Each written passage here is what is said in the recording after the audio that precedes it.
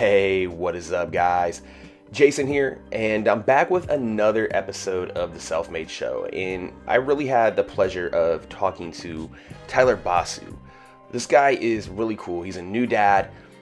He is running multiple online businesses, and they're in some pretty unique areas. He's created a very successful online magazine, and he runs a highly successful podcast, and he's been doing it for a couple of years.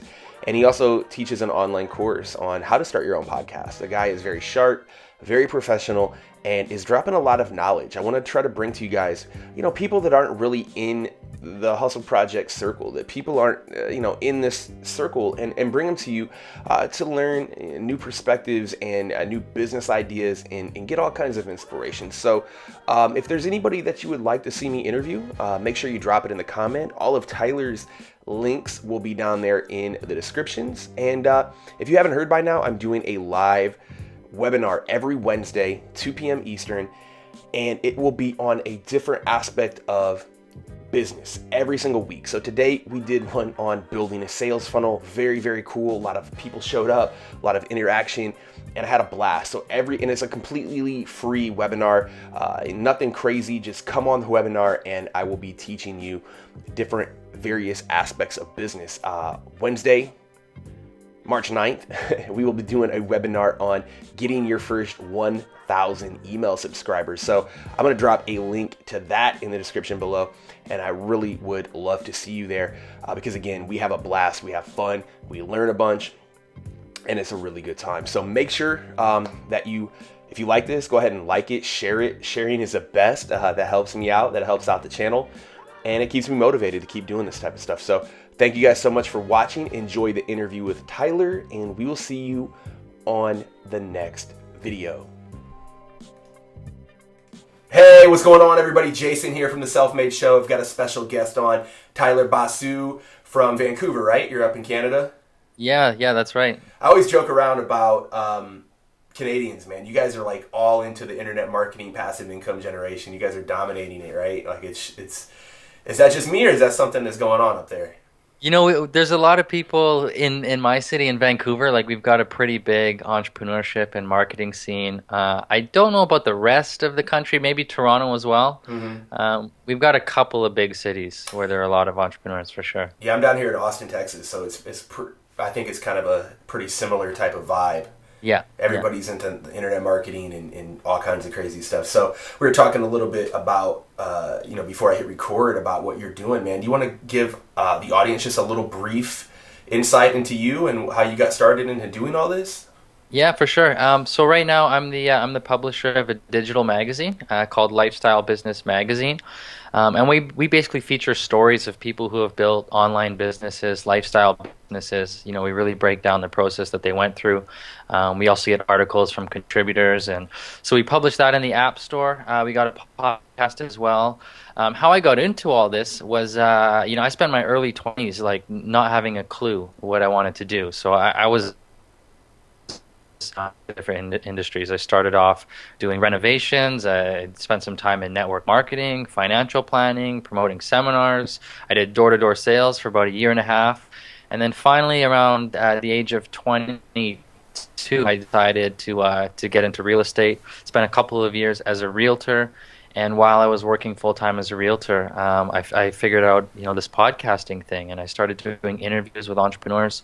Over about 2.5 years, I interviewed about 100 entrepreneurs, and ended up with a ton of great relationships, right? Learned a lot, especially in terms of online business, because I spoke with a lot of people who were, just running their business online. So that's what inspired me to get into this whole, online business, digital space, was all those interviews with all those people who were doing cool things. So I ended up in 2015 quitting real estate, taking that full-time leap into online business. And as you can see, I'm home. We're chatting on a Friday afternoon, which is great. And I'm home full-time now, and just building up the magazine. So that's I'm envious of your setup, man. I need to get something like what you got. What's that microphone setup you got going on over there? Yeah, so this is the Audio Technica ATR 2100. I use this for the podcast. I don't usually do because it's kind of in front of my face right now, right? So I don't know how great It that looks looks for cool, man. It video. looks like you're like about to go into a rap recording studio right now. But Yeah. this thing that it's on is called a mic scissor arm. So that holds it up because like I'm standing up right now, right? I'm more comfortable standing up, and I've been trying out the whole standing desk concept lately, Same here, right? Where man. I'm I got one. uh, Yeah. yeah, because sitting down in the chair, it just made me for too long. Like after 2, 3 hours, I'd have to get up and move my body or something, or I would just burn out. So I try to stand up as much as I can now. This mic or this stand, helps me move it around.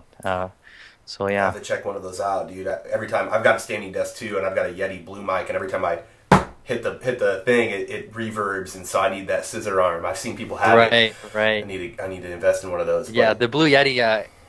I had the Blue Yeti. It picks up a lot of noise. This one, like if I move my head back and I'm still talking, like I get really quiet, and then it gets loud again when I'm close right. to it. So it tends not to pick up a lot of background noise. Well, you're pro level, man. I'm still trying to get up to where you're at right now. And for the listeners, I mean, it's a perfect segue. You have a course out on how to do podcasting, right? Yeah, so when we launched my second podcast, which was the lifestyle business podcast, that's the one that's tied to the magazine. I launched that in November 2015, and I learned a lot from my mistakes with the first podcast. Like the first podcast took me a couple of years of hustle to get some good exposure for that show, Mm-hmm. because I did everything wrong. I didn't have a launch strategy. I didn't know about iTunes New and Noteworthy, all that kind of stuff. So round two, we did really well. We ranked in New and Noteworthy for number one for many of our categories in Canada and the U.S. And I knew that a lot of our audience would be into podcasting. So when I was going through those steps and actually doing the work, I was recording everything that I was doing. So I ended up with all these video tutorials, and now I have a course called Podcast Launch Blueprint, which I can give your audience some information on that if you want. Maybe we'll link to it in the notes or something like that. But Mm-hmm. yeah, if anyone's interested in launching a podcast and getting that exposure by being featured in iTunes New and Noteworthy, I really put together like a system to make that happen. So I'd be happy to share that with you guys for sure. I think I need to go through it myself. I always tell people, and you've probably learned this when you're interviewing various entrepreneurs around the world, like you learn more doing this than you can from anything, at least in my experience. Yeah, like I still did. Like I spent a couple years in college, right, learning marketing, learning business, because I did a real estate marketing program. Um, but you don't always learn. I was fortunate, at least for my real estate courses, to be learning from somebody who was like a veteran in real estate. Mm-hmm. So everything that he shared with us was, coming from a place of like hard-won experience. And that's part of the reason I took the program because I heard about this guy and I wanted to learn from this guy specifically. But just in general, I mean, if you're trying to learn business, the best way to learn it is to get out there and talk to people who are busy running businesses. And unfortunately, it's hard to get somebody's time. Like, if I wanted to call up somebody who's really high profile and say, hey, can I take you out for coffee or take you out for dinner and just kind of pick your brain for a little bit, it's going to be hard to get a yes to that kind of a request. They might even ask you to pay them, right? But when you have a podcast, it's like you can reach out to whoever you want to learn from, interview them. You get to learn, you get to ask those questions that you want the answer to, because they know they're not just speaking to you, they're speaking to you and your audience. So they're maximizing their impact that way, right? So yeah, absolutely, having a podcast, having a show like this one, like what you're doing, gives you that chance to reach out to people you want to learn from for sure. Yeah, it's been an eye-opening experience, and I want to back up a little bit because before the call, I was like, "You're no younger than 25," so people might be listening to this and they're watching and be like, "Man, this guy's like a damn teenage wonder kid," But you are what? You're 26, right? Yeah, I'm 26. I'm married. I got married young. I was like 21 when I got married. Uh, I'm a dad now, yeah, but I have congratulations. that. I have. Thank you. Appreciate that. But I have that baby face. Both my parents look young. Like they still get ID'd, and they're like, late 40s already. So, uh, it's gonna be a while before I actually look, older. Hey man, don't rush, dude. Don't rush. There, you're Yeah, fine, yeah. man. Fuck, F it. So I want to talk a little bit about the Lifestyle Business Magazine. I think it's really cool because everybody's talking about, and you jumped in, and I think you got a great idea. everybody's lifestyle business. As far as I know, there's no magazine besides yours dedicated to that, right? Yeah, and that's part of the reason why once I realized that, like I went and looked in the App Store. And just to backtrack, like, so I interviewed a very successful magazine publisher back in earlier in 2015, a guy named Nathan Chan. He's got a magazine called Founder, which is killing it. It's like he's right up there. You know, I mean, I would consider him like a competitor to like Success Magazine and Entrepreneur Magazine now. He's like doing really well in the App Store. So I interviewed him and I told him you know, I had been hosting the podcast for a while and I've done all these interviews and I wanted to do something with that content, right? Like, should I put it in a book? Should I do more blogging? Like, what can I do? And I just took a look at what he was doing. I mean, he was doing the same thing as me. He was interviewing people on Skype, but instead of and this was before he even started his podcast, because his podcast came later. He went straight to magazine right away. So interviews and then articles into a magazine, and then later he launched his podcast because he had those recordings of those interviews. So now he's got both. So I said, okay, this is pretty cool. I'm gonna take a look at the App Store, figure out, you know, how this digital magazine thing works. And like you noticed, there was no magazine about lifestyle entrepreneurship or lifestyle business. There was stuff about digital marketing, content marketing. You know, there's social media magazines, but nothing really that lifestyle entrepreneur.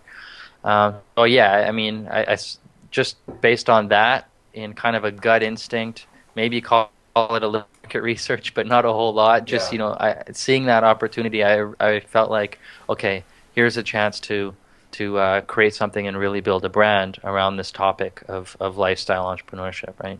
Yeah, and it's cool, and it's an online, right? Like you're not into a paperback magazine at this point, right? No, so it's strictly digital. So it's technically an app. You know, you find it in the App Store, in the newsstand section of the App Store, where all the magazines and newspapers are. But it's strictly digital. So I mean, Apple handles all the distribution, all the payments, right? It's kind of like if you self-publish an ebook on Amazon. You know, they're the ones who handle the distribution for you, and then they take a small percentage. Same thing with apps. Like Apple, I think takes 30% from my subscription revenue. That's really cool. And can you walk us like through? I know you don't have to go fully in depth, but like the creative process of like it's a monthly magazine, right? Yeah. Okay. How do you get that from no idea all the way to published? So it took a couple of months of prep work. The thing with a magazine is it needs to look like to have nice design, and so I knew that I wouldn't be the one to be able to make that nice design. I don't have Fair. like that skill. Yeah, not So many do. yeah, exactly. I have the skill of writing. You know, I can write, I can do interviews, and so I can get the content. And I'm a great networker, so I can go out and I can find contributors and I can find people to interview, but I can't do the design stuff. So I basically gave myself the job of finding or writing the content, editing the content, and then I get everything ready in a Microsoft Word document. I send it off to a designer who I found I hired by. At first, the first designer I have. So I'm working with a new one now, but the first one I got I found on Upwork, I think it Okay. was. And he is based out of the Philippines. So I started working with him on the first couple of issues, and then we ended up. He had too many clients, so he couldn't meet the deadline. So I ended up replacing him with a new designer by posting an ad directly on Craigslist in Manila, Philippines. And this is yeah. So basically, what I do is I send my designer the content. I send her the images of those people that are featured in the magazine, and then she goes and she also finds like some those images you'll use for commercial purposes online, and she'll put a bit of imagery into the articles as well. And then she'll play around with the colors, the fonts, the layout, all that stuff. And then she ends up sending me a PDF document which looks like a complete magazine. But the cool thing about a digital magazine is you can add like links, you can add video, you can add audio, you can make it very interactive, very multimedia. You can't do that with print. So just before I like when I'll get that PDF, and then in order to get that PDF onto the App Store, I got to run it through a software. So like a middleman, a third party software. So I use a program called Mag Creators, and I upload my PDF. I add those links where I want there to be links inside of the magazine, and then I submit it, and then usually within a day or two, it ends up in the App Store. Wow, that's a really cool process. And when I first got into Kindle publishing, I was going to also simultaneously try to run an iTunes magazine, and you made it sound really eloquent and easy to do, but I know it takes a lot of work. So, a lot more than It is a lot. It's a lot of work. And Yeah, I mean, if I could go back and give myself some advice before I launched it, I would have told myself to get my first few issues ready before I launch, because I launched in September. Got an issue in the App Store in September, got the next one in October, and then in November, my designer wasn't meeting the deadline, so I had to fire my designer in November. My baby was born in November, and then December creeps up on us and the holidays and everything. So I'm like scrambling to get that third issue, and I ended up working on like three issues simultaneously to try to catch up. Yeah.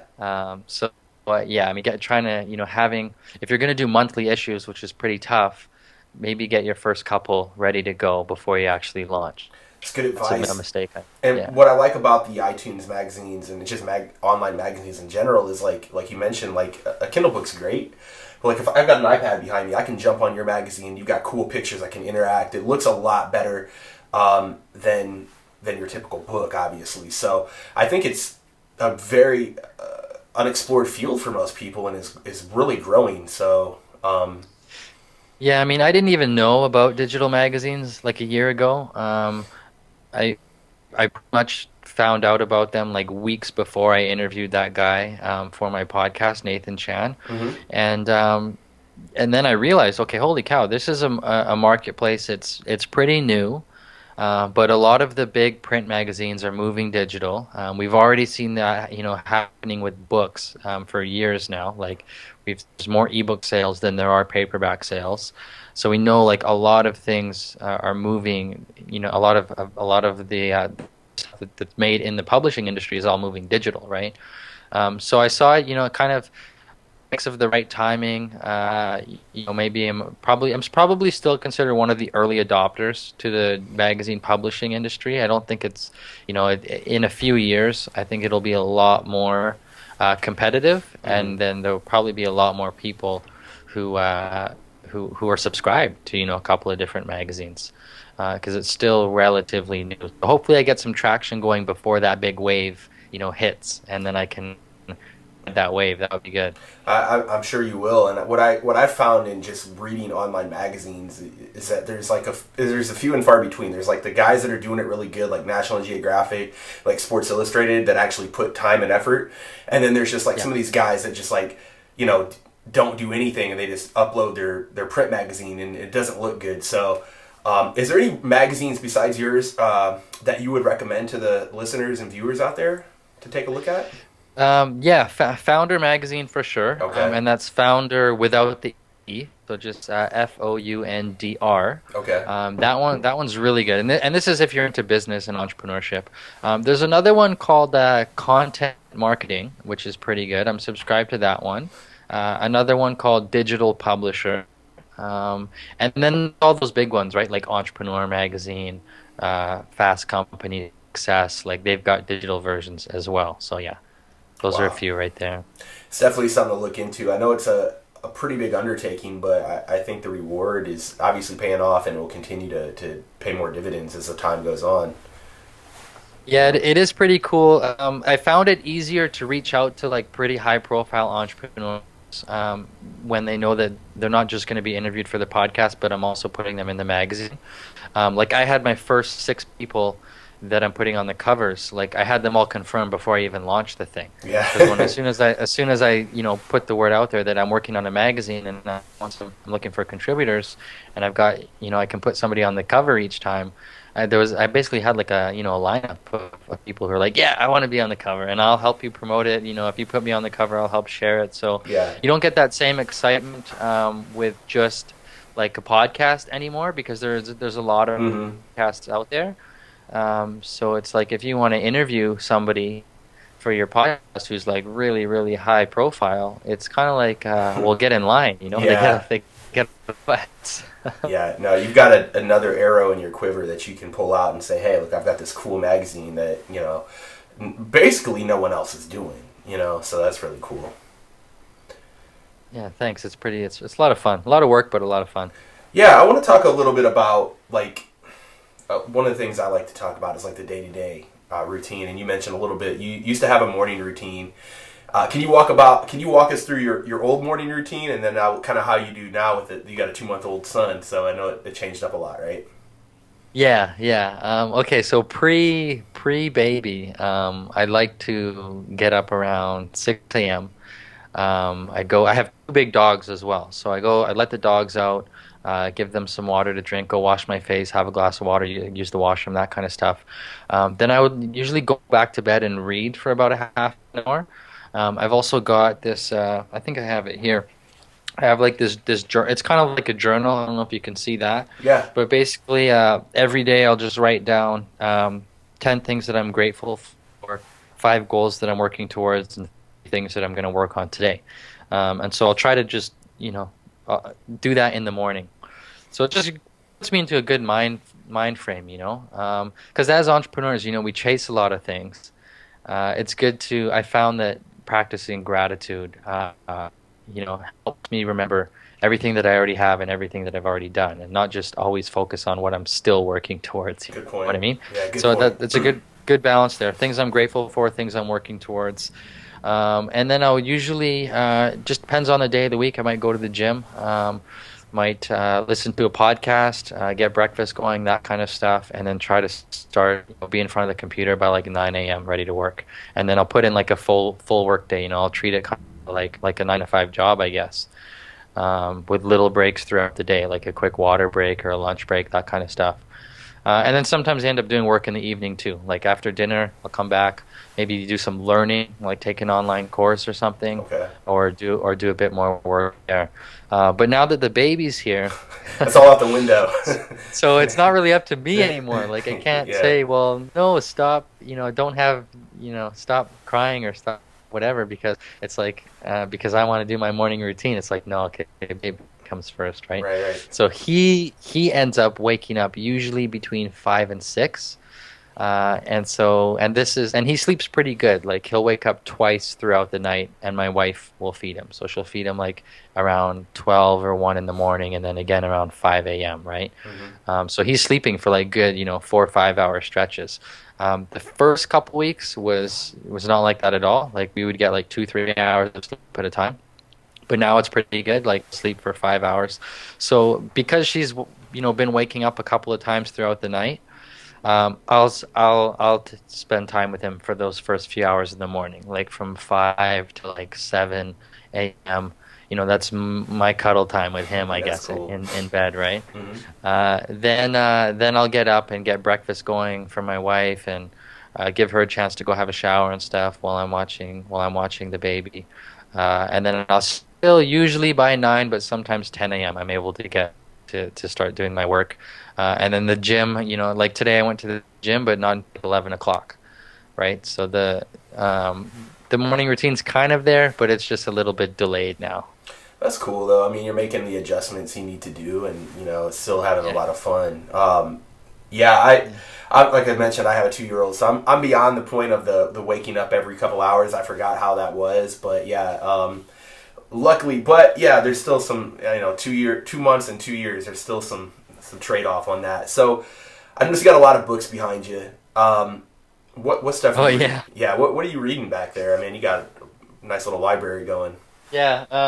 Yeah, I've probably read like I don't know, there's like maybe 200 books back there. Uh-huh. I've read at least half of them. There's a lot of them I still got to read.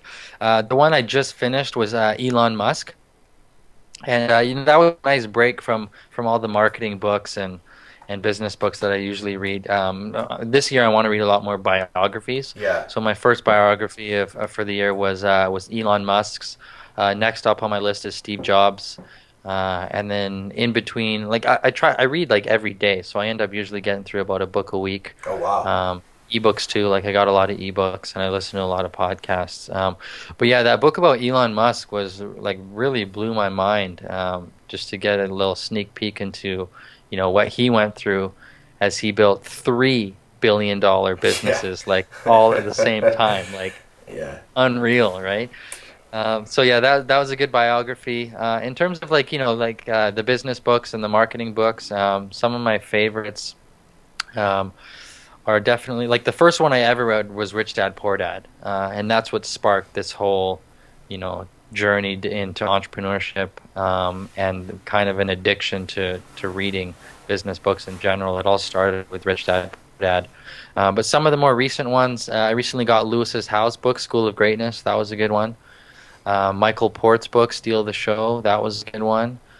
Launch by Jeff Walker. I was reading that book as I was, working on my online course to figure out how to launch a course, that kind of Hmm. stuff.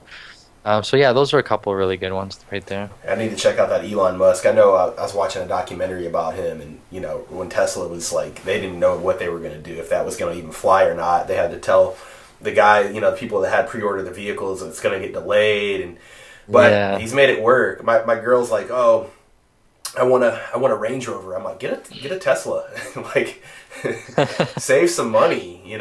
But Yeah. yeah, it didn't even Yeah, I really. do. I definitely want a Tesla. And I don't know if this is going to happen in Canada anytime soon, but in the United States, he's apparently got these power or charge stations set up Hmm. like all over the place. I guess the goal is for anyone with a Tesla to be able to drive across the US without having to spend any money on fuel. Like there will be stations where they can stop and either charge their battery or swap it for a new battery and then keep going, right? Yeah. So that's pretty cool. Like if to be able to drive across the country strictly on, electricity is pretty cool. That's really cool. Yeah, I know they're coming out with more and more stuff, and eventually I think that, I think everybody should be owning one just for save some money and obviously protect the planet. Yeah. So, yeah, so you're reading that, and then you mentioned the course again. So, do you have any tips? Because there's a lot of people out here that would like to create a course or like to do something. Do you have any quick tips on like your process on that? Yeah, so for if you're going to create an online course, which is like a fantastic way to create like an additional revenue stream for your business, especially if it's like that, that high ticket price point, like $500 or $1,000. Like you only need a couple of sales of those per month to really feel the difference, right?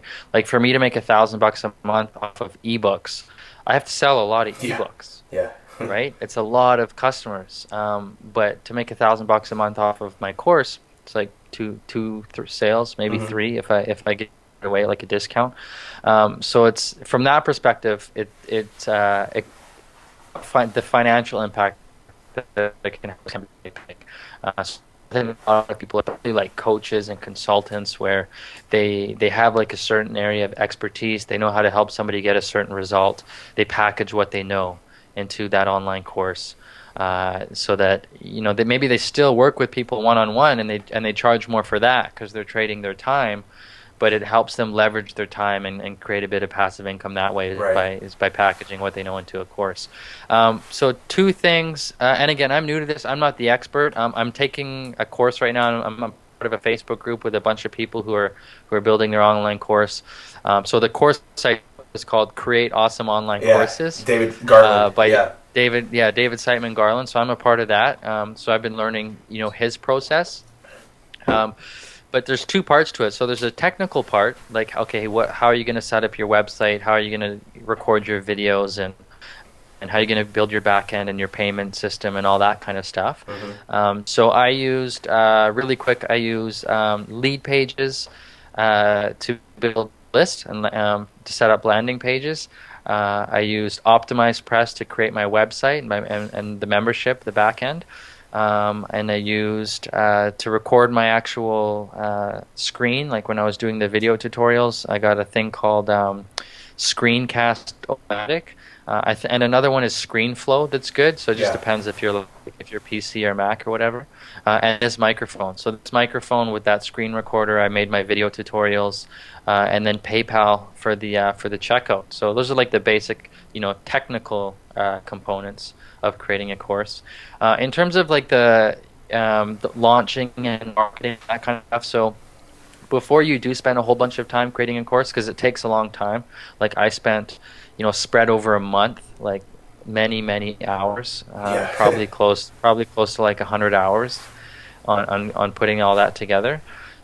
So before you spend that kind of time doing something, if you've got an audience, like an email list, a blog, a podcast, anything like that, you should probably talk to them first, just validate the fact that they'd actually be interested in what you're thinking of creating, and maybe get some feedback from them. Maybe send them a quick survey, ask them, tell them like your idea for your topic, and say, okay, if I do a course on this subject, what are some of the things that you would want to see included, just so that you don't totally miss the mark on what your audience would want to see from you in your course, right? So that's really important.